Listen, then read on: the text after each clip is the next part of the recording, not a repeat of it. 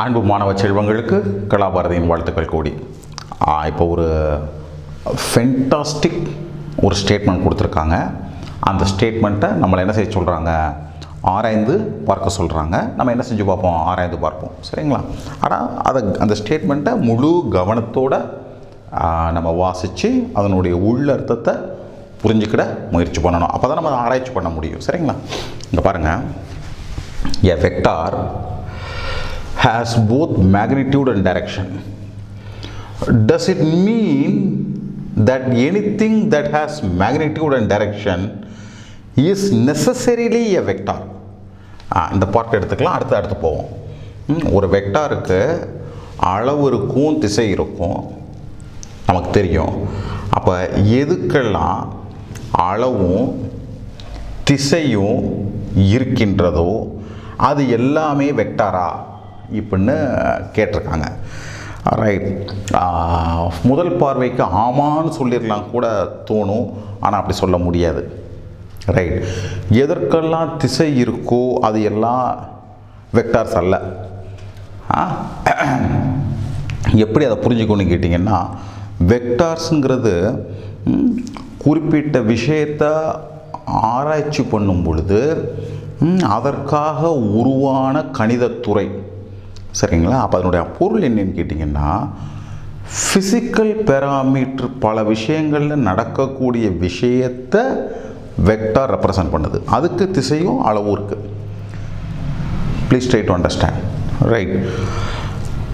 அப்போ அதனுடைய மீனிங் என்னன்னு கேட்டிங்கன்னா, என்னென்ன ஃபிசிக்கல் பேராமீட்டருக்கெல்லாம் ஒரே விதமான ஆட்ரிபியூட்ஸ், அதாவது பண்புகள், குணங்கள் இருக்கின்றதோ அதைத்தான் நம்ம என்ன சொல்ல முடியும், வெக்டார்னு சொல்ல முடியும். அதாவது இன்னும் புரிகிற மாதிரி சொல்கிறதுனா, எதுக்கெல்லாம் வெக்டாரினுடைய விதிகளுக்கு கட்டுப்பட்டிருக்கோ அதைத்தான் வெக்டார்னு சொல்ல முடியும். வெக்டார்ஸோட லாஸ்னால் வெக்டார் அடிஷன், வெக்டார் சப்ட்ராக்ஷன், வெக்டாருடைய காம்போனன்ட்ஸாக நம்ம பிரிக்கிறது, then associative law, commutative law, பர்டிகுலராக it's dot product, cross product. Right. So many laws are that.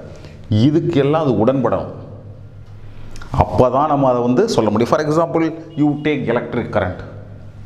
Electric கரண்ட்டுக்கு உண்மையான திசை கிடையாது என்பது உண்மையாக இருந்தால் கூட ஒரு வயரை வச்சு பார்த்தீங்கன்னா it has got direction, but it is not a vector. It will not obey vectors laws. Right. You take angle. Right. ஆங்கிளுக்கு பார்த்தீங்கன்னா திசை இருக்குது, அளவும் இருக்குது. ஆனால் ஆங்கிளை நீங்கள் அவ்வளோ ஈஸியாக என்ன செய்ய முடியாது, வெக்டார்னு சொல்ல முடியாது. இதுதான் பிள்ளைங்களா முதல் பகுதியை பற்றின ஆராய்ச்சி. சரிங்களா? இரண்டாம் பகுதிக்கு வருவோம். ரெண்டாம் பகுதி என்னென்னா, the rotation of a body can be specified. ஒரு பொருளினுடைய rotation can be specified by the direction of rotation, direction of axis of rotation. Right. எந்த திசையில் சுழலுது அப்படிங்கிறத வச்சும், and the angle of rotation, எவ்வளவு சுழன்றிருக்கு அப்படிங்கிறத வச்சும் நீங்கள் ஸ்பெசிஃபை பண்ணலாம். Does that make any rotation a vector? I think this is a big question for examination. Right. ஒரு ஸ்ட்ரோக்கில் அதை முழுமையாக விவரிக்க முடியுமாங்கிறது எனக்கு சந்தேகமாக இருக்குது. இருப்பினும் கூட எசென்ஷியல் பாயிண்ட்ஸை நான் உங்களுக்கு சொல்லித்தரேன்.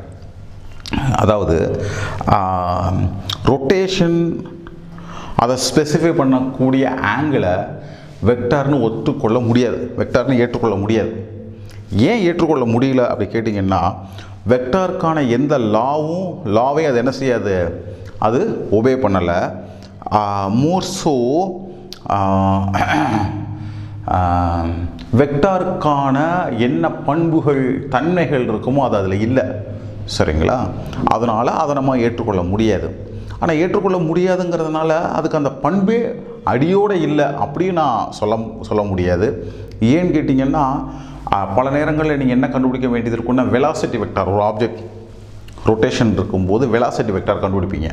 So velocity vector V vector is equal to நம்ம என்ன படிப்போம் கேட்டிங்கன்னா, that is omega R omega அப்படின்னு படிப்போம். Where omega is equal to D theta by DD.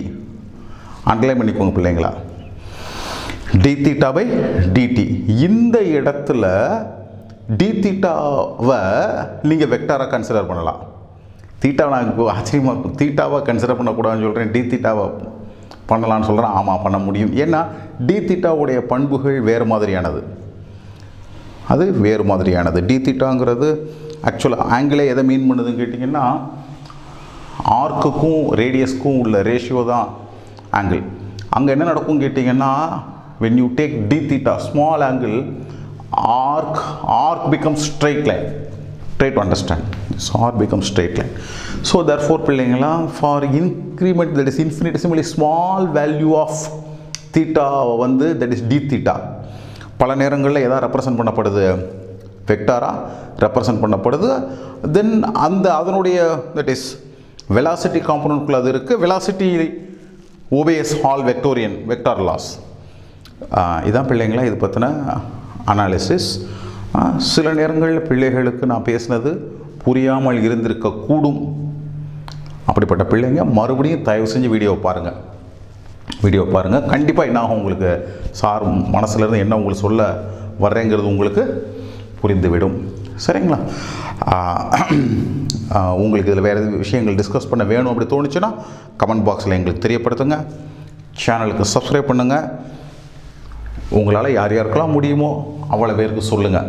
இப்படி ஒரு சேனலை வந்து என்ன செஞ்சுக்கிட்டு இருக்காங்க, கலாபாரதி வந்து முழு ஆன்ம பலத்தோடு என்ன செஞ்சுக்கிட்டு இருக்காங்க, உருவாக்கிக்கிட்டு இருக்காங்க. தமிழகத்தில் இருக்கக்கூடிய அனைத்து குழந்தைகளும் மிகப்பெரிய அறிவாளிகள் ஆகணுங்கிறது தான் நம்மளுடைய லட்சியம். நீங்களும் எங்களுக்கு உறுதுணையாக இருப்பீங்க அப்படின்னு நான் உறுதியாக நம்புகிறேன். உங்கள் அனைவருக்கும் கலாபாரதியின் அன்பு வாழ்த்துக்கள்.